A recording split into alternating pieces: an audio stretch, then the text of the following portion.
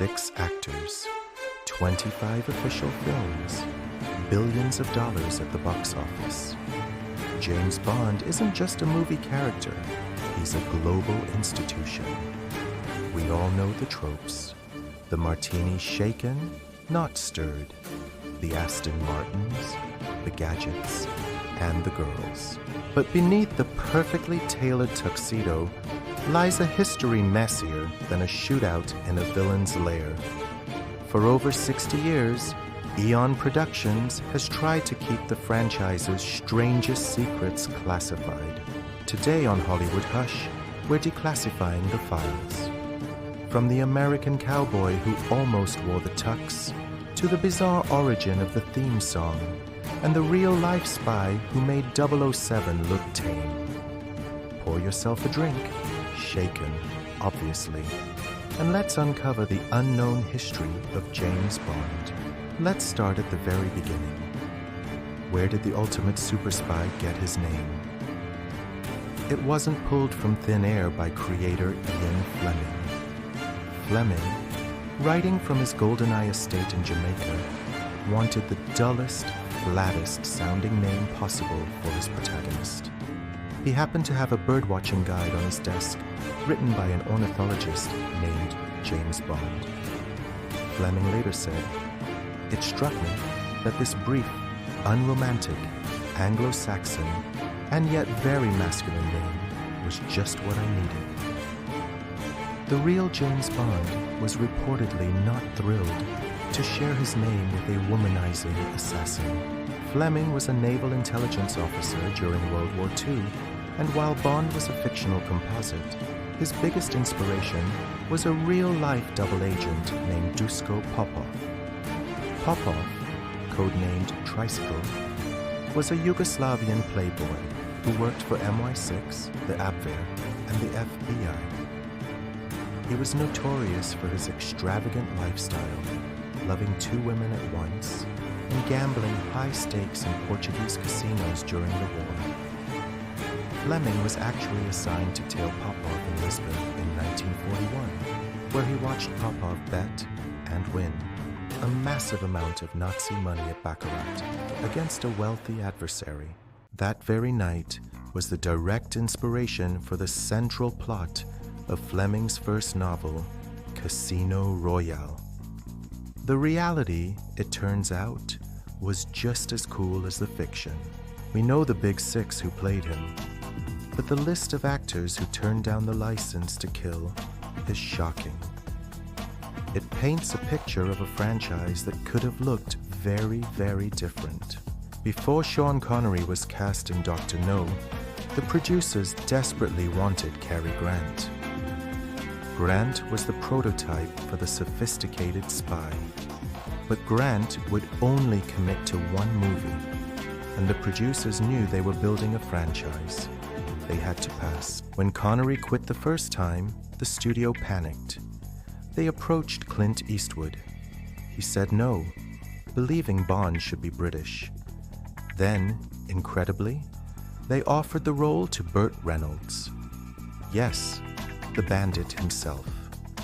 Reynolds turned it down for the same reason as Eastwood. He thought an American Bond was a terrible idea. In hindsight, Burt Reynolds later admitted, "I think I was an idiot." In the modern era, the role was offered to Liam Neeson before Pierce Brosnan. Neeson turned it down because his future wife, Natasha Richardson, told him she wouldn't marry him if he took the part. And before Daniel Craig brought the grit, Hugh Jackman was offered the role for Casino Royale.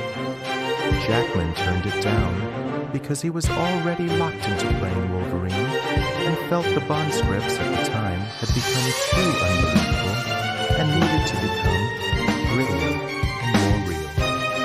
Ironically, that's exactly what they did with Craig.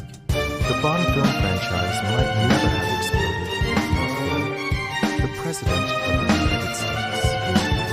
In 1961, Life magazine asked JFK to list his 10 favorite books. Kennedy, a massive fan of spy thrillers, listed Fleming from Russia with Love at number 9. overlooking the somewhat problematic content of the books, the presidential endorsement caused sales of Fleming's novels to skyrocket overnight in America. This sudden boom in U.S. popularity gave producers Harry Saltzman and Albert R. Broccoli the leverage they needed to secure funding from United Artists for the first film, Dr. No. So, you can thank JFK for the MCU, the movie cinematic universe of Bond. And what about that theme music? The surf guitar riff that defines cool? Its origins are hilariously uncool. Composer Monty Norman was struggling to find a theme for Dr. No. He eventually repurposed a song he had written years earlier for an unproduced musical based on a V.S. Naipaul novel.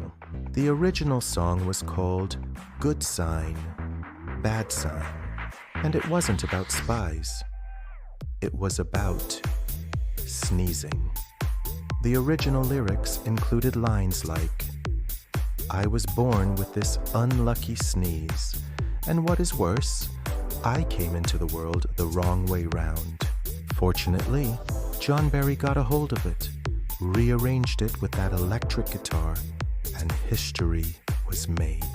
Have you ever wondered why Bond's arch nemesis, Ernst Stavro Blofeld, and his organization, Spectre, completely vanished from the official movies between 1971 and 2015?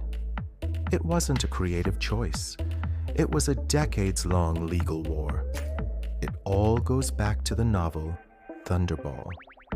Ian Fleming originally wrote it as a screenplay with a writer named Kevin McClory. When the movie fell through, Fleming turned it into a novel without crediting McClory.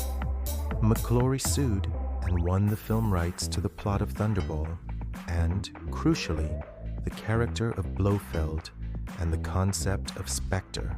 This led to the bizarre situation in 1983, known as the Battle of the Bonds. Eon Productions released Octopussy, starring Roger Moore. But Kevin McClory exercised his rights to remake Thunderball, hiring a 52-year-old Sean Connery back to play Bond in a rival film, Never Say Never Again. Eon couldn't legally use Blofeld again until they finally settled with McClory's estate in 2013, allowing Spectre to return in the Daniel Craig era. Speaking of rival films, Never Say Never Again wasn't the first time this happened. Eon didn't own the rights to Fleming's very first book, Casino Royale, for decades. In 1967, a rival studio decided to adapt it. But knowing they couldn't compete with Sean Connery, they turned Casino Royale into a psychedelic, incoherent spoof comedy.